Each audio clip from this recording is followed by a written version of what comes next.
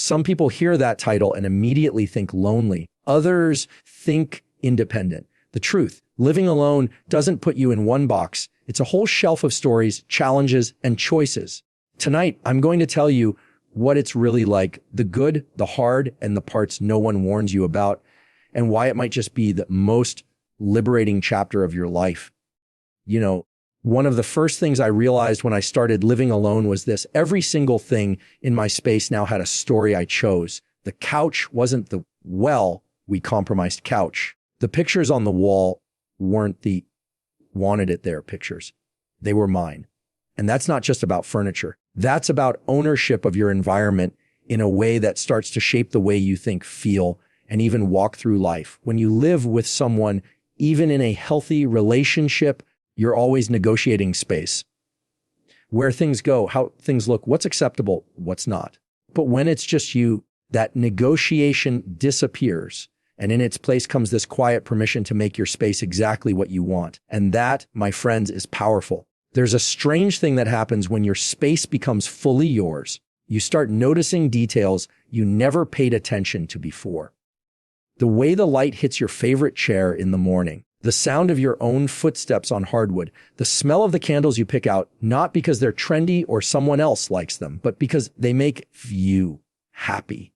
And over time, those little details stop being just decor choices and start becoming these tiny, everyday reminders that you are in charge of your own comfort. Of course, that also means you have to own the flip side. If something's broken, there's no, honey, can you fix this moment? You're the honey. If the trash smells, guess what? You're the one taking it out. But here's the thing: that responsibility doesn't just make you more capable, it makes you more confident. There's something satisfying about changing your own light bulb, assembling your own bookshelf, and realizing you didn't need anyone's approval or help to get it done. But let me tell you, it's not just the chores or the decorations. It's the eyes energy of the space. When you walk through that door after a long day, you are walking into a place that is 100% a reflection of you. If you need calm, you create calm. If you want vibrancy, you create vibrancy. That's something you can't fully appreciate until you experience it, because your surroundings affect you probably more than you think. Now, I'll be honest, there's a temptation when you first live alone to let things slide because, well, nobody's watching. And that's where the ownership really shows up. You could leave the dishes in the sink for a week and sure, no one's going to complain. But over time, you realize keeping your space in order isn't about impressing anybody. It's about taking care of the one person who actually lives there, you. And here's something that might surprise you. The more intentional you get with your home, the more intentional you get with your life. You start asking, do I really want this in my space? And that question spills over into relationships, habits, and even your own self-talk. Because when you practice making your home a place that serves you, you naturally start doing the same for your mind and your heart. Living alone teaches you something subtle but transformative. You are capable of creating a life that feels good without needing someone else to design it for you. You don't wait for permission to buy the rug you love, to paint the wall your favorite color, or to rearrange the furniture just because it feels right. You just do it. And with every little choice, you're not just shaping a room, you're shaping yourself. And maybe that's the quiet, beautiful truth about having a space of your own. It's not really about the space at all.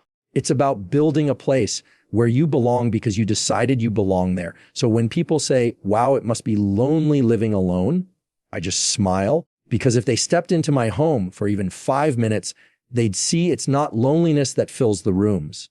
It's me. The quiet is the part no one really prepares you for. You move in, you set everything up, you sit down that first night, and then you notice it. There's no background hum of someone else in the house, no conversation in the kitchen, no TV you didn't turn on, just quiet. And if you're not used to it, it can feel like the walls are pressing on you. We live in a world where noise is normal. Cars outside, people talking, messages pinging on your phone. Even when you live with someone, there's always a layer of sound, footsteps, doors closing, Jersey City voice calling from the other room. Take that away, And it's So just you. why do And in the we treat beginning, black that people the silence way can we feel like a do? challenge. Oh, we Your need brain a almost wants minute. to fill it. Right Turn on here. the TV, play some music, call someone, scroll endlessly, anything to avoid being alone with it. But here's what I learned: the quiet isn't empty. It's not a void you have to fill. It's actually space for your thoughts, for your emotions, for your own presence. And it's in that space that you start to learn about yourself in ways you never would if the noise never stopped. The first time you really sit in the quiet without distraction, it's a little uncomfortable. You notice things, old memories, things you've been avoiding, feelings you've been ignoring. And yeah, that can be heavy, but it can also be freeing, because what the quiet does is it removes the filter. There's nothing to drown out what's actually going on inside you. And that honesty, even when it's hard, is the beginning of real growth. At some point, the quiet stops feeling like silence and starts feeling like peace. You start to crave it. Instead of being something you rush to escape, it becomes a space you look forward to. You make a cup of tea, sit in your favorite spot, and you just exist. And you realize, I'm okay here. I'm okay with me. That shift changes everything, because when you're okay with the quiet, you're no longer afraid of it. You don't need constant noise, constant people, constant validation to feel secure. You carry that security inside you, and that's a kind of independence no one can take away. Now, let me be clear. It's not about becoming some hermit who avoids the world. It's about balance. When you live alone, you can have moments of connection and moments of solitude without feeling like one has to replace the other. The quiet becomes a choice instead of a punishment, and you start to notice how it changes the way you show up in the rest of your life. When you've had time to be still, to think, to recharge in the quiet, you bring a different energy to your friendships, your work, your conversations. You're more grounded. You listen better. You don't need to dominate the space because you've already made peace with the one inside your own four walls. Some people will always see the quiet as a sign of loneliness.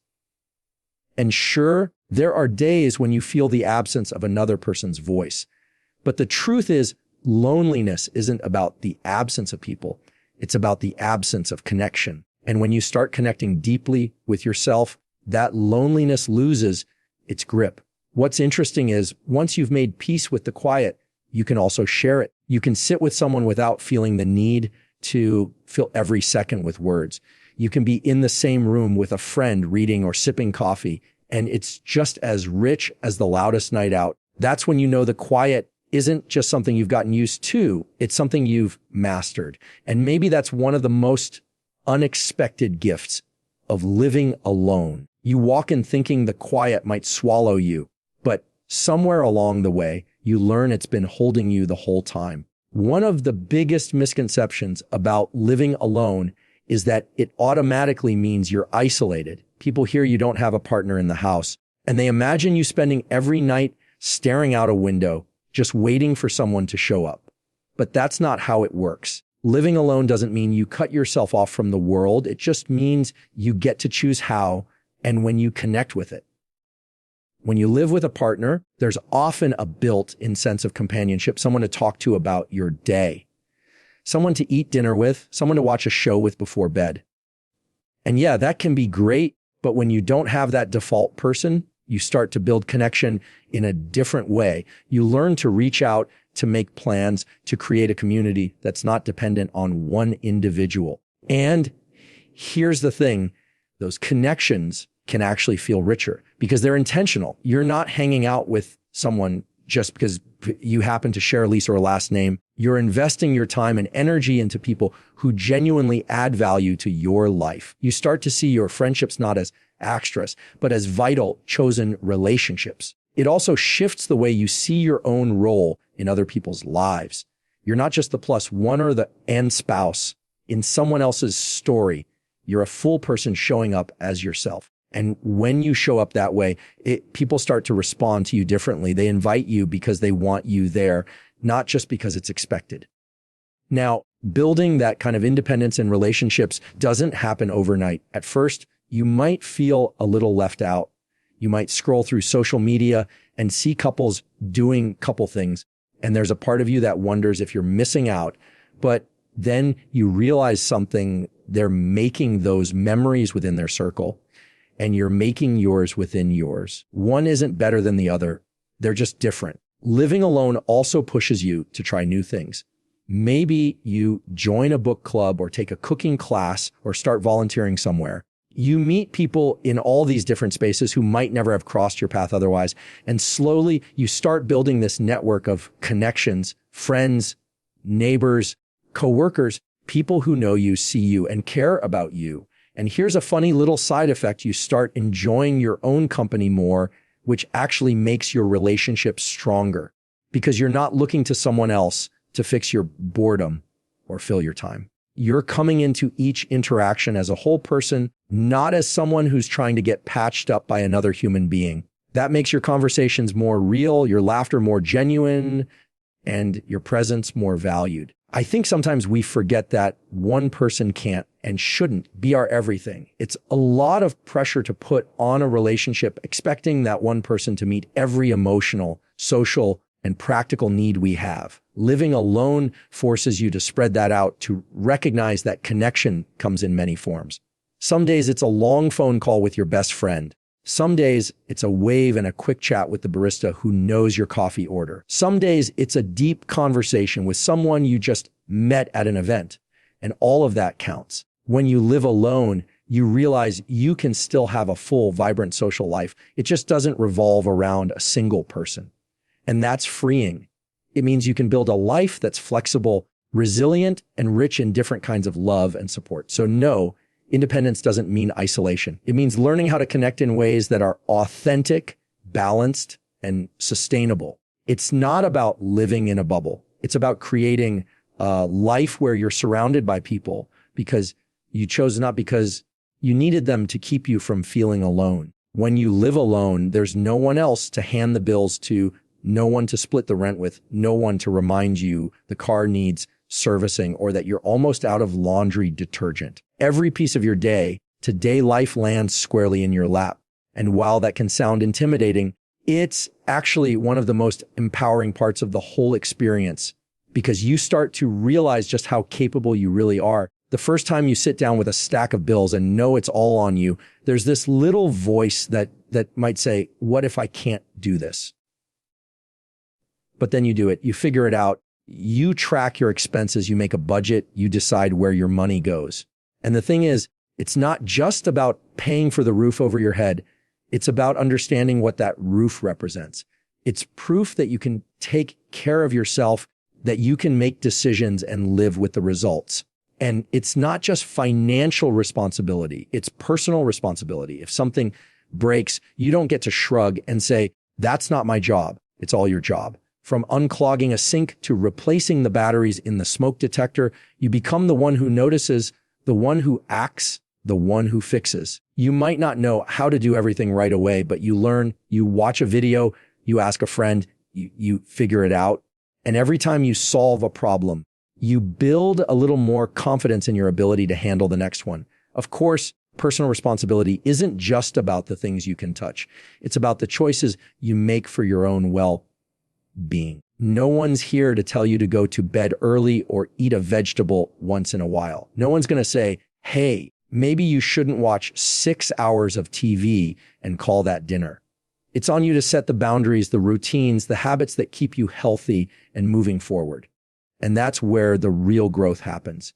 Because when there's no safety net, you start thinking ahead. You ask yourself, what do I need to do today to make sure tomorrow is easier? You pay attention to the details because you know if you don't, no one else will. That level of awareness doesn't just make you more responsible. It makes you more intentional. Now, there will be moments when you wish you had someone else to carry the load. Days when the fridge stops working or the car won't start or the tax bill comes in higher than you expected and you feel that weight pressing down. But here's the thing.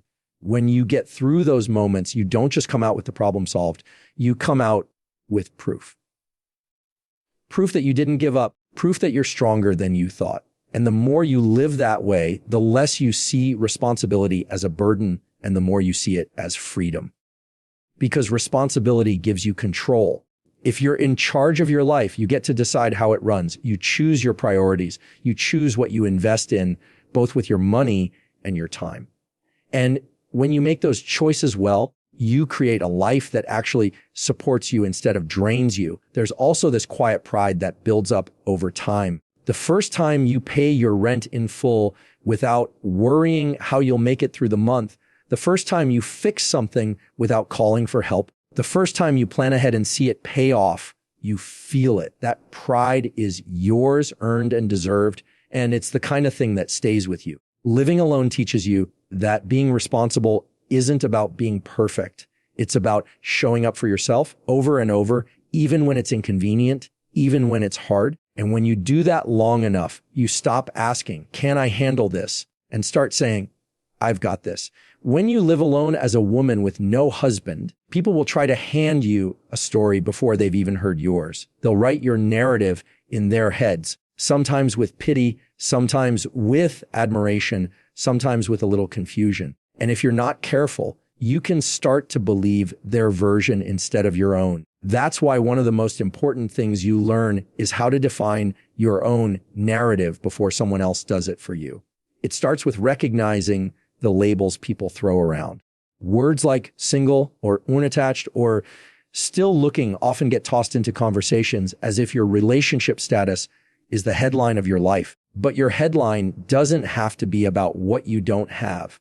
It can be about what you do have, what you've built, and who you've become. The beauty of living alone is that you get the space to write that headline yourself without compromise, without anyone editing it down to fit their idea of who you should be. And here's the truth. Defining your own narrative doesn't mean you have to go out and do something dramatic just to prove a point. It's not about shouting, I'm fine on my own every chance you get. It's about living in a way that quietly, consistently proves it to yourself.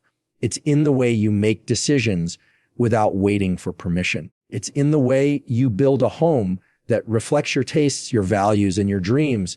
It's in the way you spend your time, your energy, and your money on things that actually matter to you. Of course, some people won't understand. They'll project their own fears or their own desires onto your situation. They might think you're lonely when you're not, or assume you want something you don't. And that's okay. Their opinion doesn't have to be your reality. You can let them keep their assumptions while you keep living your truth. The freedom in this is that you no longer have to measure your life against someone else's timeline. You stop looking at your age and comparing it to what your friends or family members had at that point. You stop treating your worth like it's tied to whether you've checked the same boxes they did. Instead, you start asking, what do I actually want my life to look like? And when you live alone, you have the freedom to answer that question without outside noise drowning you out. That freedom also lets you redefine success for yourself. For some people, success is a big house, a family, a certain kind of career. For you, maybe it's waking up without an alarm, running your own business from your kitchen table, or traveling somewhere new every year. Maybe it's about deep friendships or creating art or simply having a safe, peaceful place to come home to. When you own your narrative, you get to decide what counts as enough. And when you do that long enough, something amazing happens. You stop feeling the need to justify yourself. You don't have to explain why you live alone, why you're not married, why you're not chasing the same things as everyone else. You realize your life is valid simply because it's yours. That's the kind of confidence that can't be faked, and it comes from living in alignment with your own story, not someone else's script. Sometimes defining your own narrative means making choices other people don't get. Sometimes it means saying no to things they would have said yes to, and sometimes it means saying yes to things they would never consider. But that's the point. It's your choice.